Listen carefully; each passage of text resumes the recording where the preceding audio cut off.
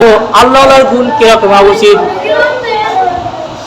একজন একটু কথা বলি না, আল্লাহর খলিল ছিলেন ইব্রাহিম আলাইহিস সালাম।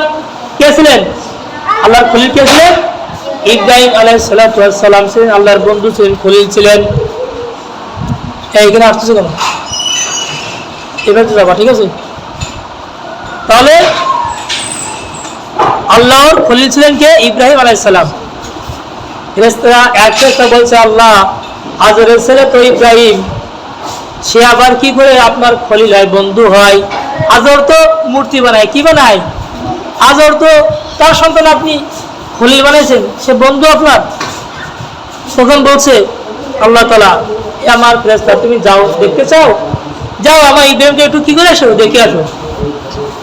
ওই ফেরেশতা যখন জমিনে আসলেন, ইব্রাহিম আলাইহিস সালাম সিরা ফাটা জামা গায়ে দিয়ে আল্লাহকে ডাকতেছেন, আল্লাহ। সবাই বলে আল্লাহ। কি বলছে?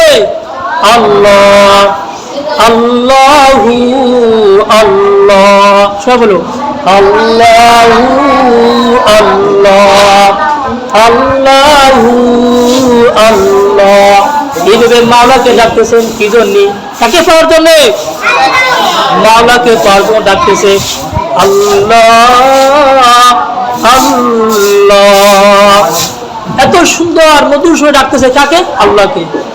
ওই ফেরেশতা এত সুন্দর ডাক দেখে এবং এত সুন্দর চেহারা দেখে বলে, এত সুন্দর নূরের চেহারা আমি আগে কখনো দেখি নাই।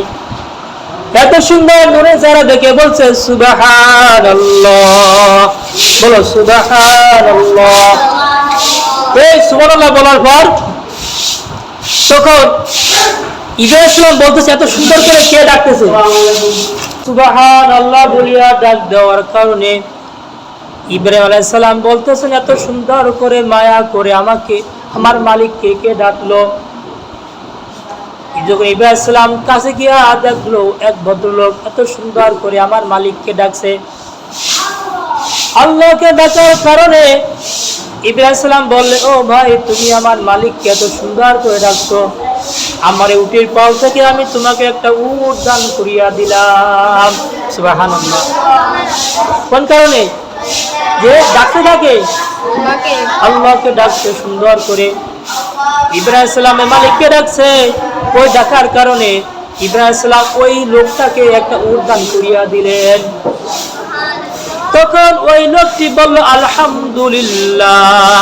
বলো আলহামদুলিল্লাহ। যখন এই আলহামদুলিল্লাহ আবার বললো, ইব্রাহিম সালাম বলল, তুমি আমার মালিককে আবার ডাকছো, নাও তোমার আমি আর একটা উট দান করিয়া দিলাম। ওই লোকটি আবার বলে আলহামদুলিল্লাহ, আবার উটটি দান করিয়া দিলেন। এইভাবে যখন আলহামদুলিল্লাহ বলতে লাগলো, উটের পাশ থেকে এক এক করে সকল উটগুলো তাকে দান করিয়া দিলেন। সুবহানাল্লাহ। সমস্ত উট যখন দান করিয়া দিলেন, তখন ওই ব্যক্তি বলছে, ও ইব্রাহিম, তুমি তো তোমার সকল উট দান করিয়া দিয়েছো, এখন যদি আমি তোমার মালিককে আবার ডাকি, তুমি আমাকে কি দিবা? তখন বলল, তুমি যদি আমার মালিককে ডাকো, আমি ইব্রাহিম, আমি তোমার হয়ে যাব, আমি তোমার গোলাম হয়ে যাব।